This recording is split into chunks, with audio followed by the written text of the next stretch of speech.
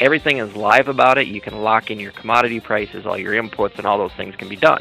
We got to have connectivity in rural Iowa. Welcome to episode 232 of the Community Broadband Bits podcast from the Institute for Local Self-Reliance. I'm Lisa Gonzalez. In Osage, Iowa, the community's electric utility has served the town and some of the rural areas around it for about 125 years. Osage Municipal Utilities also offers natural gas services and invested in its own communication system in the early 2000s. They offer telephone, cable TV, and internet connectivity via their cable network. Clearly, Osage is one of those rural communities that think about the future. In this interview, Christopher speaks with Josh Burns, the general manager of Osage Municipal Utilities, who discusses their long-term plans to bring fiber to the home to the community. Josh, who is also a former state representative, spends some time discussing Iowa's approach to rural connectivity and its investment in the Iowa Communications Network. Now here's Chris talking with Josh Burns, general manager of the Osage Municipal Utilities and a former member of the Iowa House of Representatives. Welcome to another edition of the Community Broadband Bits podcast. I'm Chris Mitchell, and today I'm speaking with Josh Burns, the General Manager of Osage Municipal Utilities in Iowa. Welcome to the show. Thanks for having me, Chris. Well, I'm excited to talk to you. As I was saying in our pre-interview, I have this memory, and I'm excited to be reminded of this story that you'll be telling us in a few minutes about these cattle prices and an app around how it's important to have internet access out on farms near your community. But let's start with just a little bit of background for people who aren't familiar with Osage. Where are you in Iowa, and what's the community like? So Osage, Iowa, located, I guess the best way to describe us is we're kind of a northeast Iowa community. About 3,500 people reside here in Osage. About 30 minutes to the eastern side of Mason City, I guess, and kind of 30 minutes north of Austin, Minnesota. So it kind of gives you an idea that we are definitely a border community between the two states. And, I guess in terms of, what people, a snapshot of what Osage would look like, especially our utility. So our utility is gas, electric, and telecom. And our forefathers had some really good instincts there to add gas and telecom after they had started out with electric. We are known as a very progressive utility. We had a guy by the name of Wes Birdsell that was our general manager years ago, and he was actually world-renowned for all of his energy conservation methods and things that he implemented around the community of Osage, such as hot water blankets and light bulbs and low-flow shower heads and, just things of that nature. Kind of put us on the map. And then over the years, we have added a wind turbine to our energy portfolio that we actually own ourselves. About a 1.5 megawatt wind turbine.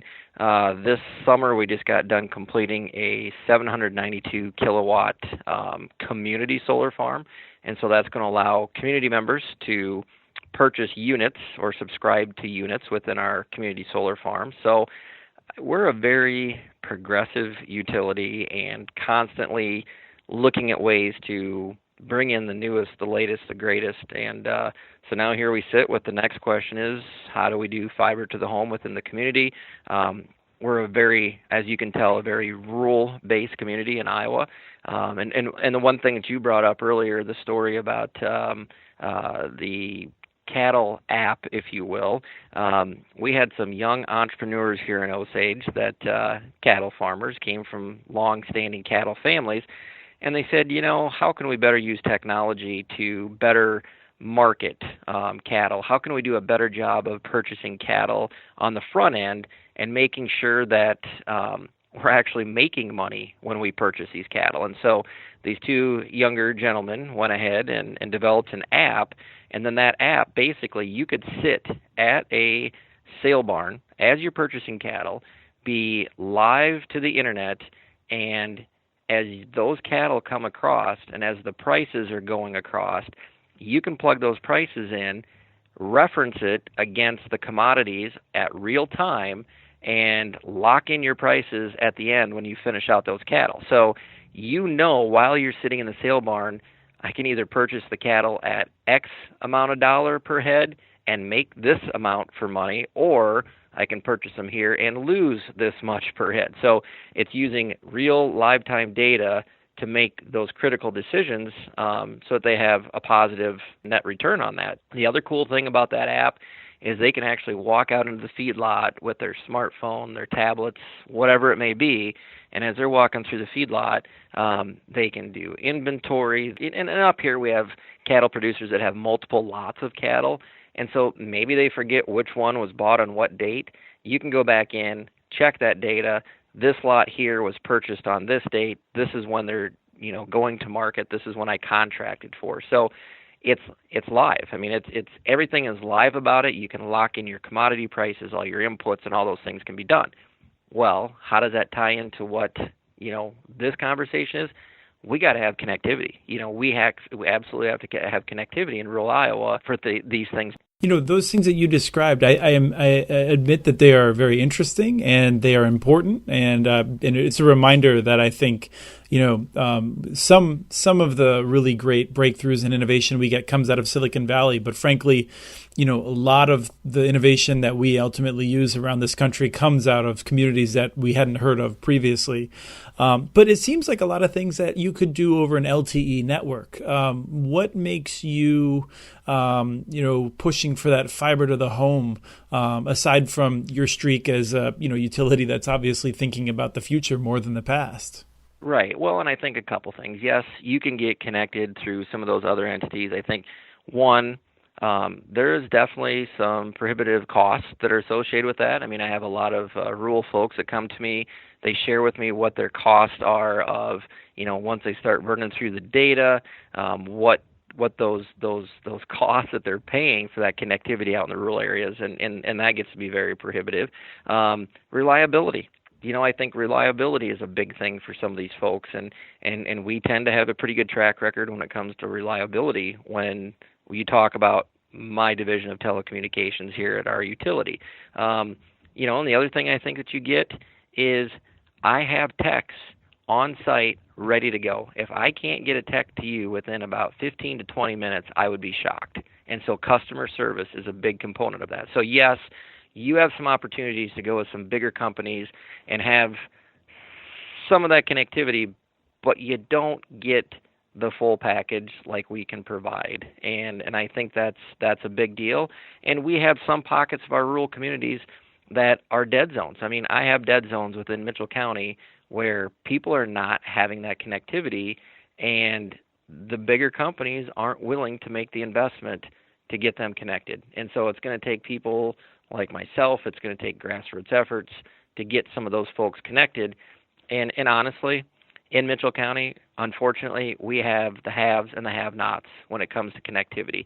And that's unfortunate in the sense that our schools are going to be more one-on-one type school systems, and you got a kid that goes home after school to do their homework on their Chromebook or whatever it may be, they can't get connected. And so we have a discrepancy even within our school system of, what kids have this access and which kids don't. And so we really need to level the playing field. So let's talk a little bit about the history of the telecom for the utility. How did you guys get started with, doing some telecom, and what's the current network that you have today? I want to say it was mid to late 90s, I believe. They made the commitment to, well, I guess go into like cable TV and internet and those things. And so it's a coax system, the old, I shouldn't say old, but it's the copper to the home here in town. And so we have got phone, internet, and cable. It's an interesting setup in the sense that our cable feed comes to us from a rural teleco that provides us with our cable feed. So we're kind of at their mercy a little bit as to what our packages look like, which stations we can offer. If they have tiling issues or if they have an outage, we have an outage. I mean, so we're kind of at the mercy of them a little bit, which sometimes can prove to be frustrating and difficult.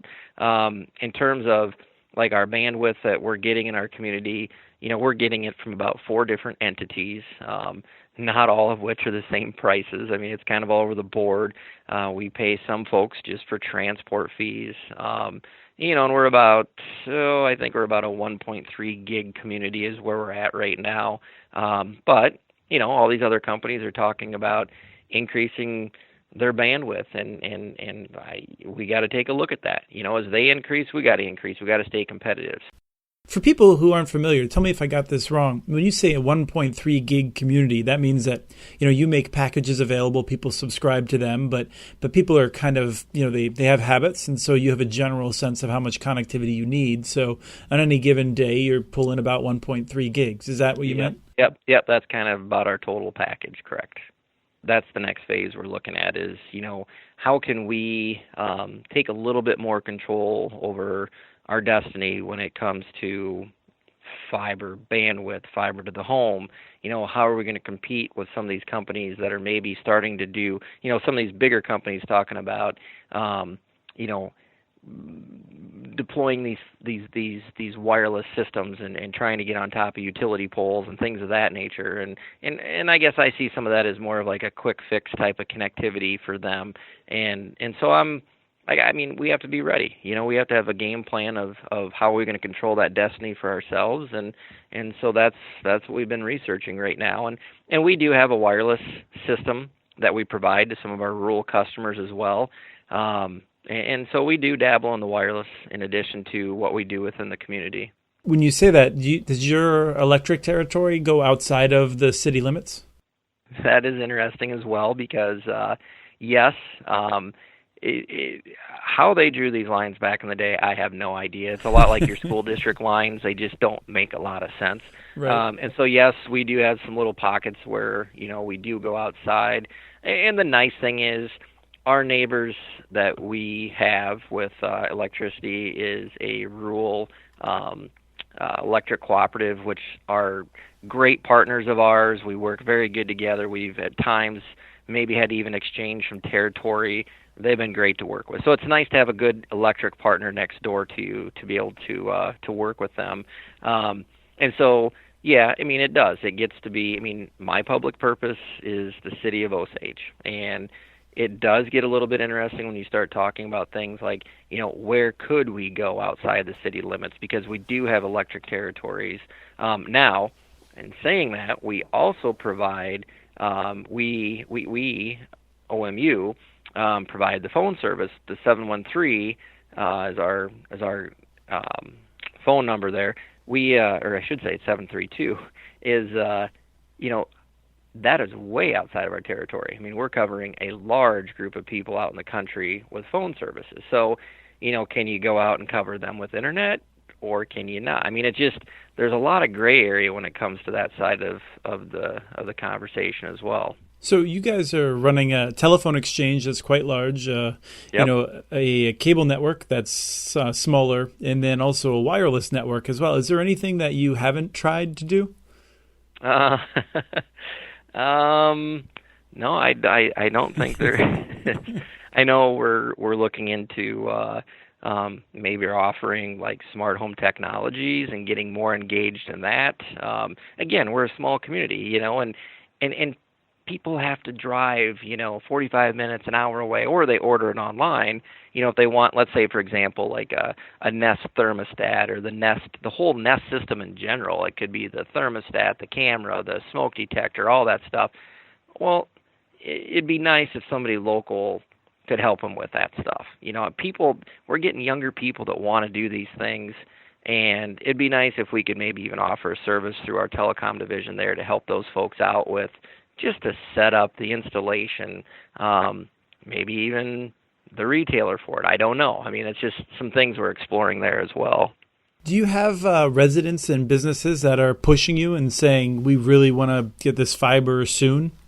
Absolutely. In fact, one of the first things, so I came on board here in February, and one of the first things that we did is we just simply used SurveyMonkey, and we went out and sent it out with all of our bills and stuff and surveyed the community on their telecom wants and needs and took that data back and started to analyze it to see what do people want when it comes to technology and connectivity. And not so much, I found it interesting. One of the things that really came back strong, not so much about speeds as much as it was about reliability. The number one thing was we just want reliable service. We want to be able to be connected all the time. We don't want interruptions. We don't want disruptions. And I thought that was interesting. And to me, that says that we need to maybe do a better job with, maybe just on our end. I mean, maintaining the system, maintaining the outside plant and the internal plant, and doing a good job of preventative maintenance so that we don't have those outages. And so I thought that was very interesting. But definitely, fiber to the home is a big want out of our community. That is something that nobody seems to give me any objections on. Well, and I understand that the nature of the technology, there's fewer points of failure. So it is harder to have higher reliability with a coaxial system than it is with a fiber system, according to my understanding. That is correct. And, so right now we've got, we got different nodes. I think we got about 12 nodes around our community. And you got the sweep and balance that you got to do. You got a lot of things that if those practices aren't being done, your system can suddenly get out of sync. And when it gets out of sync, then you start to have a lot of those issues. And, even like the wireless system, we actually bounce off. We have a south water tower and a north water tower. And so we're projecting out to two smaller communities to the north side and the south side. And we're getting interference all the time. I mean, and that's kind of where I'm questioning how reliable some of these wireless systems that they're talking about deploying are going to be, because the interference seems to be one of our biggest issues. And around here we got a lot of farmers. They got a lot of GPS technology. They got a lot of different systems in there with auto steer and all the different things they've got that can interfere. We've got a couple smaller companies that have moved into our area that are trying to deploy wireless systems. They interfere with our signals. So just there's a lot of frustration there sometimes when it comes to that. And the other problem I have a river running just outside of Osage, a pretty good sized river, creates a valley. You got trees, you got a change in your geography.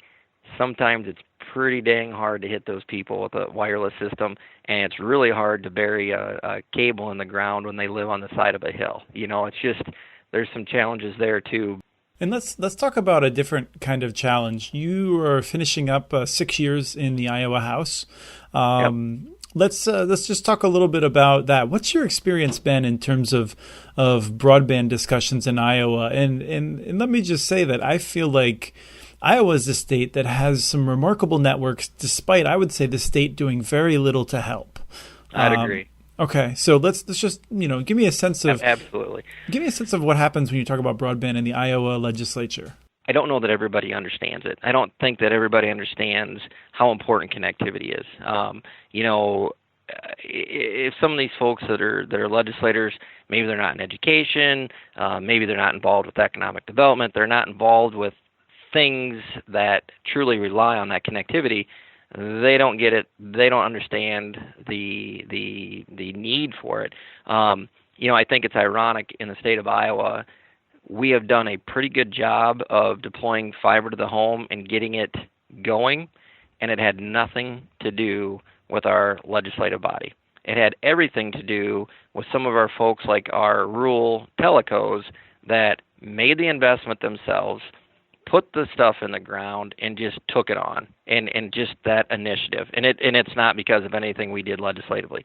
We have and did pass some legislation down there that I guess a great way to describe it, it was a shell, kind of a shell piece of policy, in the sense that the infrastructure is there, the language is there, and someday if the money is ever to follow, you will have a mechanism for how to deploy those dollars. So it was legislation that was passed that will help connectivity in the state of Iowa, but there's no money attached to it. And so it really does no good. People can go around and say, oh, yeah, we did some great things for connectivity and broadband. Well, yeah, you laid some groundwork, but there's no money with it. It does nothing. Essentially it's a shell. And so that's about as far as the state of Iowa's gotten. Now, I can tell you in the last month, before the election, Governor Branstad was up here in Osage, and he and I had a conversation about connectivity, and I was telling him about our fiber project that we're doing in Osage, and at that time he was like, all right, we need to get you on a committee, and you need to be helping me out to get this done. Well, now, as of Tuesday, he's the new ambassador to China eventually. Yeah.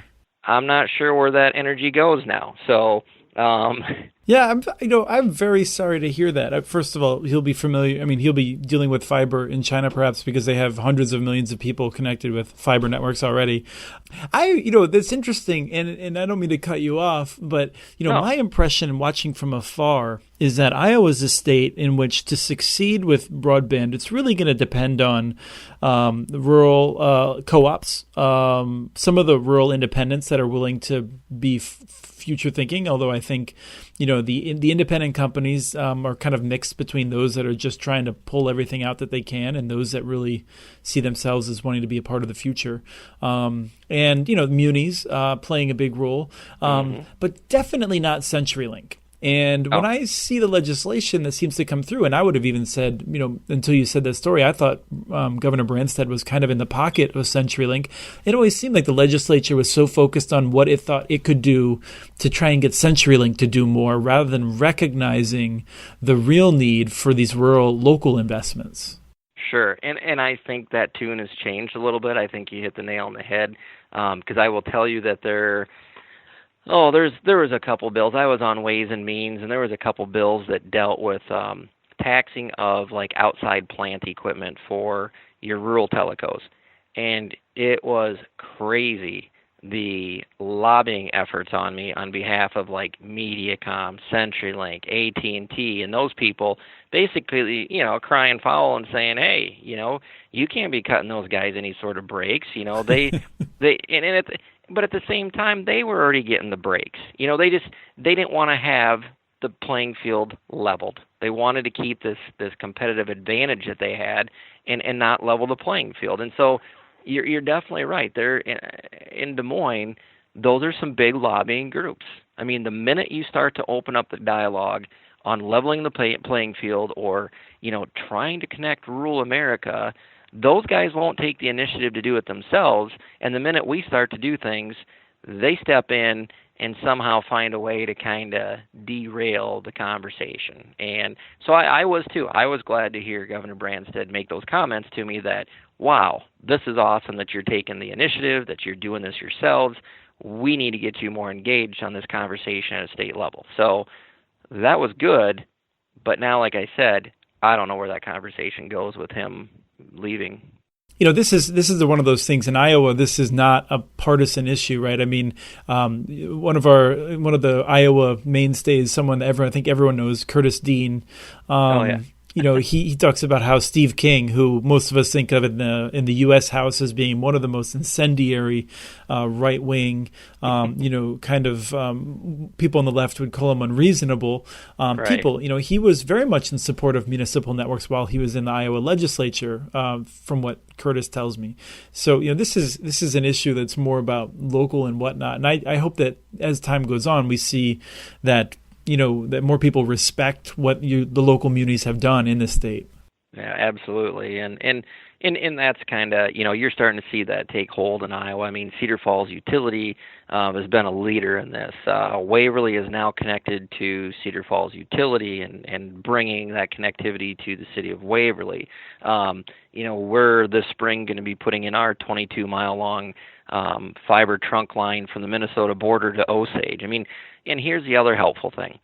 The costs are coming down. It's becoming more viable for some of us to do some of these. We could sit around here all day and wait for more stimulus money or more grant money and but at the end of the day, the culture has definitely changed in Washington, D.C. I don't know what kind of dollars. I will say this. I was very impressed with the fact on the night that Trump gave his acceptance speech, he did talk about infrastructure. And in my opinion, when I say we, that connectivity piece and fiber belongs in the infrastructure piece in the conversation. It's not just roads and bridges and runways and airports and things. It's also broadband. That has to be considered part of infrastructure conversations.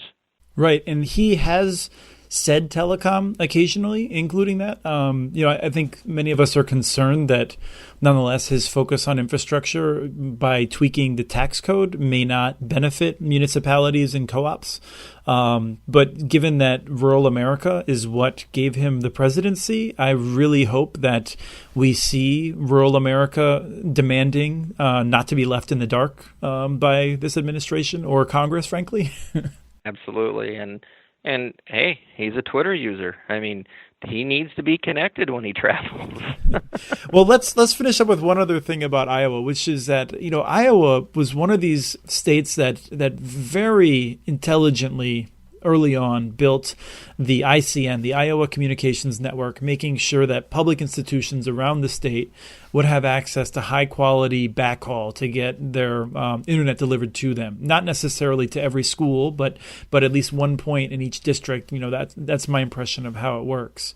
Now, in recent years, the Iowa legislature has been trying to sell it off, to privatize it, and it's never been available for basically furthering municipal networks. I think. Can you just tell us a little bit about what's going on with this debate over the ICN? I think here's how I think. I think some people looked at it, legislatively speaking, as a quick fix.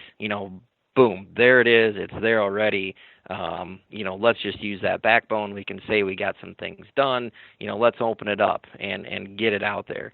But I think there was also a lot of people that stepped in and said, hey, wait a minute. And I had a lot of folks come to me with these concerns. They're like, have you thought everything through? What are the unintended consequences of selling this off? Suddenly you lose control over pricing. You lose control over a lot of different things that you had control over before. And at the end of the day, hey, we know that thing has been awesome for school districts. I mean, it's been great for continuing education. It's been great for distance learning. I mean, there's so many things that have come from that. And I think we just need to be very, very cautious that, we don't dismantle something and take away that tool that these school districts have. And I don't know. I've even though I'm leaving the legislative body, you still keep your ear to the ground. You still have a lot of people internally that you talk to. I brought this up the other day to somebody. I said, okay, so now that we've got the trifecta in Iowa, meaning Republican governor, Republican Senate, Republican House, do you think they'll go after that again? And nobody seemed to really think it was on anybody's radar. And so I find that kind of interesting. And nobody's really talking about where the ICN is going to go. And I'll be curious to maybe pick Governor Branstad's brain a little bit and see, what are his thoughts on that. And, I don't know that he's going to be doing anything too disruptive before he leaves. And I definitely don't think Kim Reynolds is too interested in selling that off. What is the problem that's been identified that makes people want to sell it off? We've had a hard time finding the money to put into, infrastructure funding for broadband and for that connectivity piece. And if suddenly we sell this off and then it creates some more accessibility, in the public sector, a quick fix. It's a quick thing. It's you turn it over and you disperse that connectivity and look what we did. I think that's kind of part of it. So, but I guess my lack of understanding is it seems to me that you could also just make it open to everyone. And, if this was funded by the Stimulus Act of 2009, the ARRA, then it would have had to be open to all kinds of parties. So is there a reason that the state doesn't just open it up to get those ends without selling it off? Sure. And I guess I don't even know the answer to that one. It's been, I don't think we even debated much of it last year. I think it's been the last 2 to 3 years is when it was really kind of a hot button topic. So I guess I couldn't even say for sure why they don't go that route. So, and let's just finish up then with a sense of, why someone like you who takes an interest in this doesn't know that. Is it just insanely overwhelming? What do you have? Like, you have a half of a staff person helping you out as you're trying to shape the future of an entire state? Absolutely. I that is one of the things that was so eye-opening for me when I went down there is I'm a former educator, and so I'm going to go down to Des Moines. I'm going to change education in the state of Iowa. I'm going to find a blank check, and I'm going to make sure that schools are fully funded and all these different great things. And then you go down there and you're like, oh, we got to fund the prison system. Oh, we got to fund, roads and bridges. And I mean, there's just so many different things that you have to fund, and there's only so many dollars to go around, and every single area wants more. And so it was so overwhelming to tell people no, no, we can't get you that funding. I mean, you have to share that pot of money, and everybody wants more, and that is tough. And the other tough thing that you alluded to is that you cannot be an expert on everything down there. You absolutely cannot. And so, actually, I was never on any of the committees that really talked about broadband. I was never in the subcommittees or in those internal meetings. What the information I always got was always kind of like, once a bill was ready for the floor of the House, then you would get some of that information. And even at that, it was very summarized.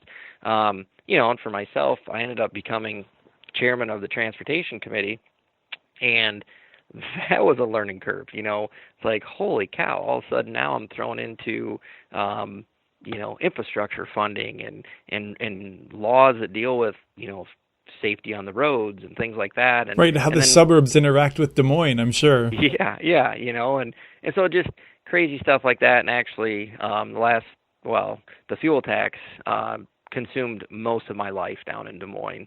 That was my bill, that was my initiative, and I was very driven to increase the funding for our roads and bridges infrastructure, and we did get that accomplished. And during that process, you focus in.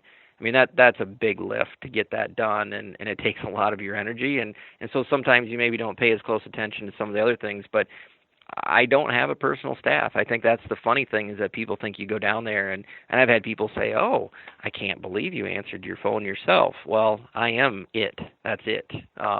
Even like on the emails, I do all my own emails. Nobody does those for me. There's no form letters. There's no anything. And so, yeah, it takes a lot of energy down there to stay abreast of all the different topics and issues coming through. Great. Well, this has been a terrific conversation. I really appreciate all of your time and all of the work you've done, both in the legislature and in Osage. No, I appreciate it. That was Josh Burns, General Manager of Osage Municipal Utilities in Iowa. Learn more at muninetworks.org, where we're following developments and reporting them to you. Remember, we have transcripts for this and other Community Broadband Bits podcasts available at muninetworks.org/broadbandbits. Email us at podcast@muninetworks.org with your ideas for the show. You can follow Chris on Twitter, where his handle is @CommunityNets.